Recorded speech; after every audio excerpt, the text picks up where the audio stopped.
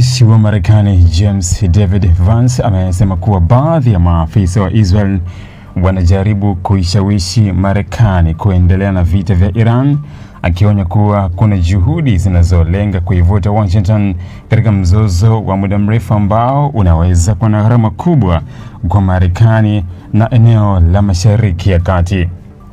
Akizungumza katika mahojiano yaliyochapishwa kwenye podcast ya The Joe Rogan Experience, Vance alisema kuwa ingawa na imani na baadhi ya viongozi wa Israel na anaona ushirikiano kati ya Marekani na Israel kuwa muhimu, anaamini pia kuna maafisa wengine ndani ya Israel wanaofanya juhudi za kisiasa ili kuhakikisha kuwa Marekani inaendelea kushiriki katika mapambano dhidi ya Iran badala ya kutafuta suluhisho la kidiplomasia.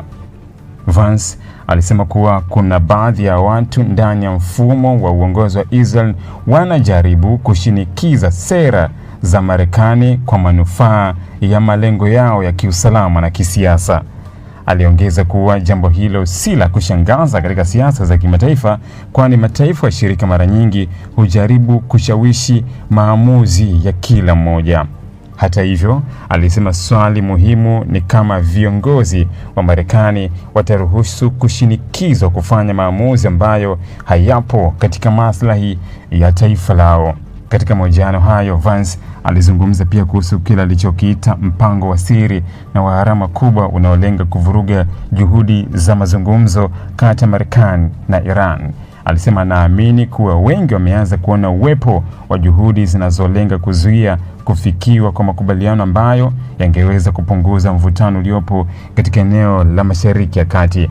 Nina hakika mmeona mpango huu wa siri na wa gharama kubwa unaolenga kuvuruga mazungumzo na kuzuia kufikiwa kwa makubaliano, alisema Vance, akieleza kuwa Marekani inapaswa kuwa makini isije ikaingia katika vita mpya bila sababu za msingi.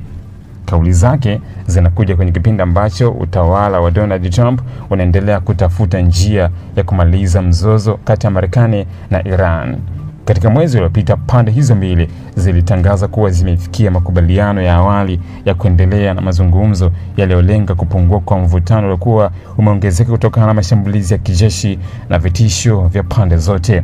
Kwa mujibu wa taarifa zilizotolewa wakati huo, Marekani na Iran zilikubaliana pia kufanyia kazi mpango wa usitishaji mapigano wa siku 60 pamoja na hatua za kufungua tena mlango wa bahari wa Hormuz, ambao ni njia muhimu zaidi ya usafirishaji wa mafuta duniani.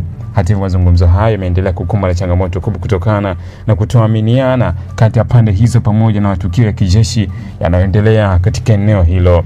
Kwa muda mrefu, Israel imekuwa ikieleza kuwa ina wasiwasi mkubwa kuhusu mpango wa nyuklia wa Iran pamoja na uwezo wake wa kutengeneza makombora ya masafa marefu.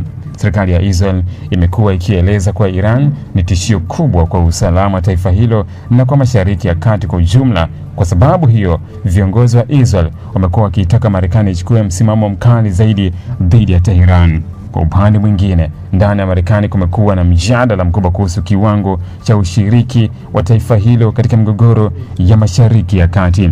Wapo wanaoamini kwa Marekani inapaswa kuendelea kuisaidia Israel kwa nguvu zote, huku wengine wakisisitiza kuwa taifa hilo linapaswa kuepuka kuingia katika vita vingine vya muda mrefu ambavyo vinaweza kugharimu maisha ya wanajeshi na fedha nyingi za walipa kodi. Vance, ambaye amekuwa mmoja wa viongozi wanaounga mkono sera ya kuweka maslahi ya Marekani mbele, amesema kuwa maamuzi kuhusu vita au amani yanapaswa kufanywa kwa kuzingatia usalama na maslahi ya Marekani badala ya shinikizo kutoka washirika wa nje. Wakati huo, baraza la wawakilishi la Marekani limekataa pendekezo ambalo lilikuwa linataka kupunguza mabilioni ya dola yanayotolewa kama msaada wa kijeshi kwa Israel. Uamuzi huo unaonyesha kuwa licha ya mijadala inayoendelea kuhusu sera za Mashariki ya Kati, bado kuna uungwaji mkono mkubwa ndani ya bunge la Marekani la kuendelea kuiunga mkono Israel kupitia msaada wa kifedha na kijeshi.